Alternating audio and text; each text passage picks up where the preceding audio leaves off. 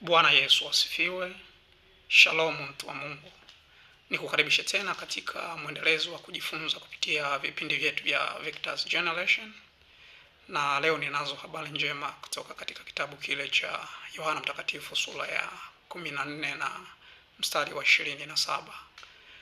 Hapa Yesu anawaachia ahadi ambayo ni muhimu sana wanafunzi wake. Anawaambia, amani na waachieni, amani yangu na wapa. Anazidi kusema, ni wapavyo mimi sivyo kama ulimwengu utoavyo.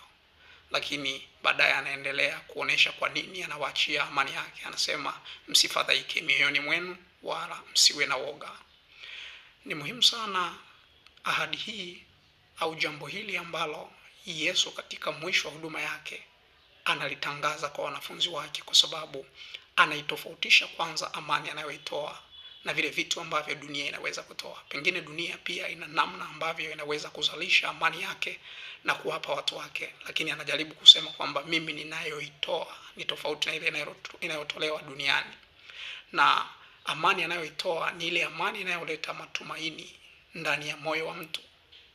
Yale matumaini yanampa mtu kuendelea kupata nguvu ya kusonga mbele katika safari yake ya imani, kwa sababu anajua kabisa katika vitu ambavyo mwanadamu anahitaji kuvichunga au kuvilinda kuliko kitu chochote ni pamoja na moyo wa kwake.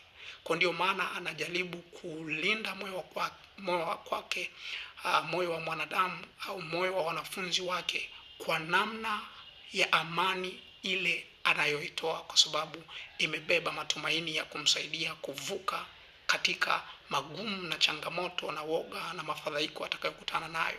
Kwa hiyo kwa lugha nyepesi, Yesu anajaribu kuambia, hata nitakapoondoka, basi ile safari ambayo nimeianzisha ndani yenu msiweze kuiacha, kwa sababu ile amani ambayo ninawapa inakuja na matumaini na nguvu ya kuwatoa katikati ya changamoto mnazopitia. Ndio mtapita katika changamoto. Wakati mwingine anawaambia, ulimwenguni mnayo dhiki, lakini jipeni moyo, mimi nimeushinda ulimwengu. Kwa alikuwa anajua kabisa utapita katika changamoto, lakini ile amani anayoitoa itawapa matumaini ya wao kuvuka katika vipindi vigumu.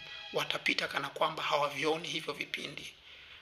Bwana Yesu asifiwe. Kwa hiyo ni maombi yangu mtu wa Mungu, hiyo amani ambayo Kristo alituachia ikakusaidia na kukupa nguvu ya kuvuka katika kipindi unachokipitia. Amina.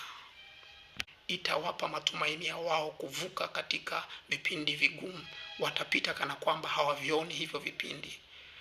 Bwana Yesu asifiwe. Kwa hiyo ni maombi yangu mtu wa Mungu, hiyo amani ambayo Kristo alituachia ikakusaidia na kukupa nguvu ya kuvuka katika kipindi unachokipitia. Amina.